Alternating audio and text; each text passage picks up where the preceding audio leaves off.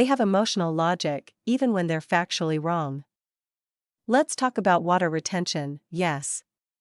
Creatine pulls water into muscle cells. That's real.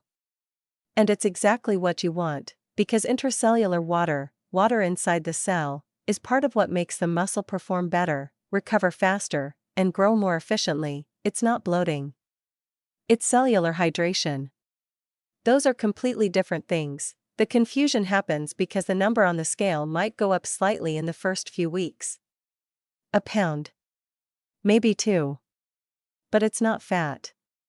It's not subcutaneous retention. It's the muscle fuller, more hydrated, more functional, and here's the irony. This process requires you to drink more water. Creatine needs hydration to work properly.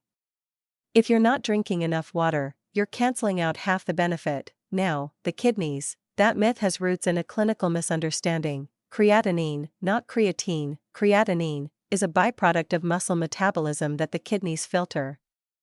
When you supplement with creatine levels in the blood can rise slightly, and for years, doctors interpreted that as a sign that the kidneys were being overworked. But subsequent research showed that this increase is expected, harmless, and does not indicate kidney damage in healthy people. Creatine, at recommended doses, does not harm healthy kidneys.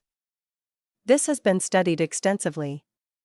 The conclusion is consistent, but there's a group of people who benefit in a way that almost nobody talks about: vegetarians and vegans. Creatine comes naturally from red meat and fish. People who don't eat those foods have naturally lower levels of muscle creatine, which means the response to supplementation in this group is often far more dramatic, not because creatine is more powerful for them, but because the starting point is lower. There's more room to grow, and that raises a quiet but important question: how many people are limiting their results simply by being deficient in something their body was always supposed to have? He sat with that for a few days. Because he ate meat. Always had. And still, the supplementation made a difference. What did that say about how much creatine the body actually needs to function at its true potential? This is the part nobody puts on the label. A normal diet, even with daily meat consumption, leaves you somewhere between 60 and 80% of full muscle creatine saturation.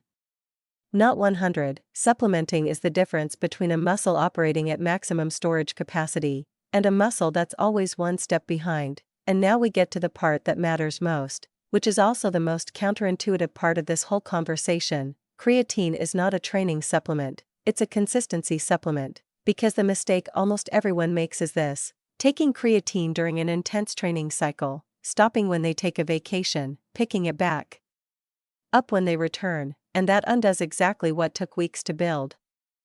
The logic of creatine is accumulation, gradual saturation, consistency above any elaborate protocol. 5 grams a day.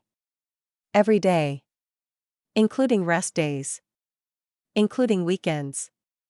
Including vacation weeks, not because the muscle needs fuel to train on those days, but because the space creatine occupies inside muscle cells needs to be maintained. If you stop, it empties.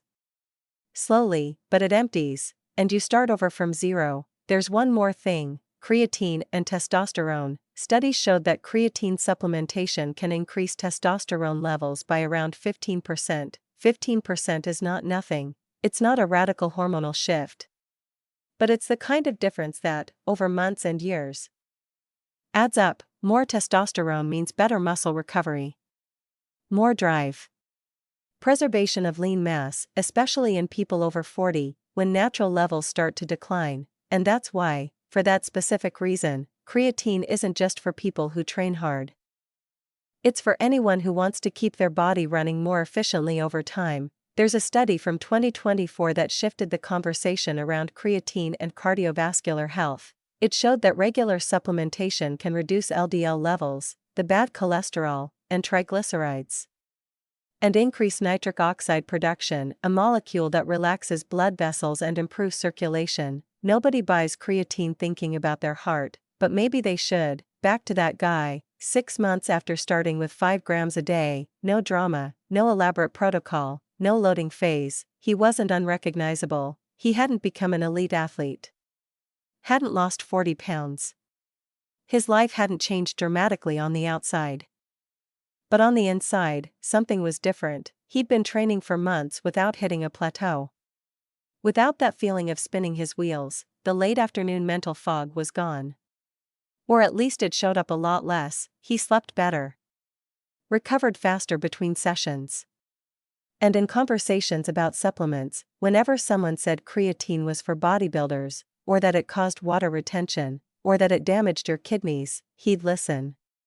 Nod slightly, and inside think, I spent years believing that too. Creatine monohydrate is the most studied supplement in the history of sports nutrition, not one of the most.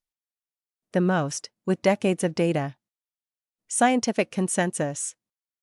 Results that replicate across elite athletes, elderly people, vegetarians, and people who have never set foot in a gym, and still, most people aren't sure whether they should take it. Not because the science is uncertain, but because the myths are old, and the truth doesn't shout as loud as fear does. 5 grams.